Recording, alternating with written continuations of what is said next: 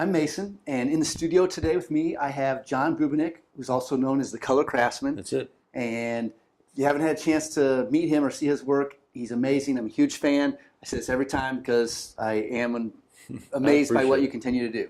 He's done great work in my studio, and I'm very, very appreciative and want to invite him in here to talk about something different today.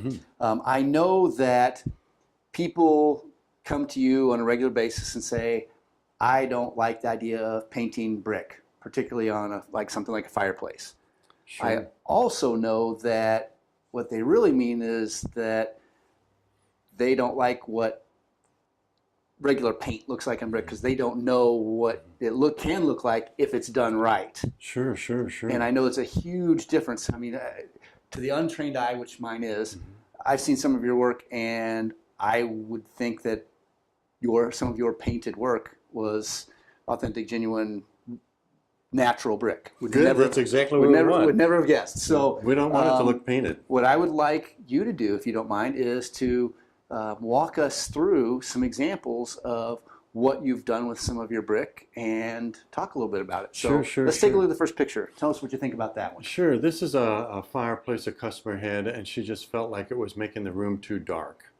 And she wanted it to look lighter. It's a big affair. It's not all captured in this picture. That hearth goes all the way across the room, and it has columns on either end of the room. So it's big, and it goes a vaulted ceiling. So it's a tall fireplace. You can see, especially if we go on to the next picture, that it had some dark bricks in there. And I can see, especially like there in the middle. Yeah. And so we had talked about using a paint effect that would lighten us all, but she had something very specific in mind. She wanted some of each brick to show through. So our goal was to get rid of those dark bricks. So we created a color that we could paint over them to make them fade away. So the next picture you can see how you don't see black bricks showing up anymore. Right. Then the next step was to apply paint sparingly in a way that allowed some of the brick color to show through on each individual brick. That was the effect she wanted. When we go to the next picture, we can see that we had half of the fireplace done, and it gave her a good chance to imagine what it would look like. And she did. She had us stop then, and she looked at it overnight. She talked with her family about it, and in this case, her family said, "Well, we're not sure. We're not sure."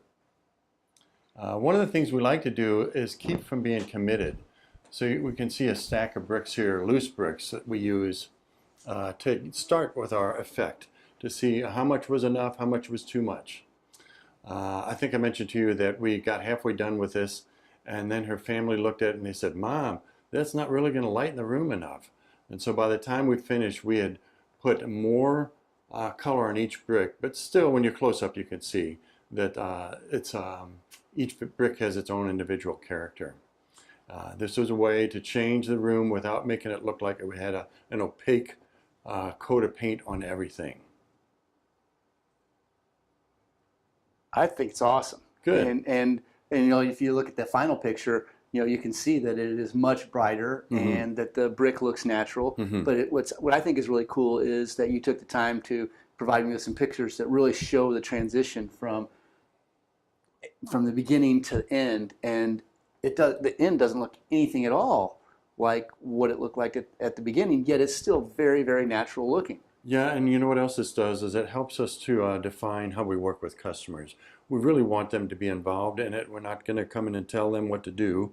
We want to understand what they like so that we can replicate that look. And in this case, it was a two-step process, coming up with what she asked for, and then when she decided that she agreed with her family and wanted the whole thing lighter, we were able to do that, still incorporating some of her original idea of each brick having its own character. So that's the way we like to do it. We like to tailor make it to each customer. And a project like this, what does something like that take in terms of time? Obviously, it's a lot, again, and I say this every time we visit, but a lot less expensive than basically deconstructing, destroying the whole thing and starting over from scratch, and certainly less mess. But how much time does something like that take? This was several days, 4 days if I remember correctly. And that includes the time to figure out what it is we're going to do, to experiment and then to change it over what she finally decided. If someone wanted to reach out to you, what's the best way for them to do it, and what should they expect that conversation to be like when they actually get a hold of you? So they can look us up at colorcraftsmen.com. That's M-E-N, not M-A-N. And what we'll do is ask them what they like and what they don't like about their fireplace. Ask them if they've seen some pictures of something they do like, would like to transfer it to. And then we talk about ways to get there. It might be changing the color of the brick. It might be covering the brick. There's so many different things that can be done. We've got lots and lots of options. What other kind of options exist? So we have covered brick with stone. We've covered brick with plaster. And when I say plaster, I don't want you to think an American idea of plaster. When I think of it in America, I think of white, hard, and crumbly. That's what I would think. In Europe, they have beautiful decorative plasters that are used in lieu of paint. So after you're done with the white, hard, and crumbly, you've got a nice surface. You can come on top of that with something that has tremendous visual interest but is perfectly smooth. Or something that has a bit of texture to it. There's just so many different ones. They're all beautiful. And we like to tailor it, like I say, to somebody's taste. Give them just what they like. And if that means going over brick, that's feasible. We can create the look of a slab of marble. Whatever somebody wants. It's really fun to be able to give the customer what they're looking for. So do a lot of times customers sit down with you and take a look at a portfolio of some of the work you've done before? Because again, like the challenge I would have is that I don't know what I don't know. I have no idea what is or isn't possible, and I would make assumptions based on a very limited amount of experience about what's possible, where in your case... Yes. That's why we like to encourage folks to go to the website. We've got a lot of pictures on there. You can see what we have done in the past, but I have to tell you, I really continue to look for those projects we've never done before. It's really fun to make something tailor-made for the customer. So yeah, I encourage people to look on our website and also to look on Houzz and Pinterest to find pictures of fireplaces that they like. Another helpful piece of information is for them to tell me what they don't like. When I go into their homes, I'm looking at their taste. I'm trying to come up with something that matches their style, their personality. From a functional perspective, what are some things that people say they don't like? It's all based on taste. So one person comes and tells me, oh, I really don't like a whitewashed brick. Somebody else says, I really do like whitewashed brick. So it's all about what their taste is, and that's where the pictures, there are millions of pictures out there. Houzz and Pinterest happen to be two places with lots and lots of them. What was the first one you mentioned? Houzz, Houzz.com. Okay, I hadn't heard of that one.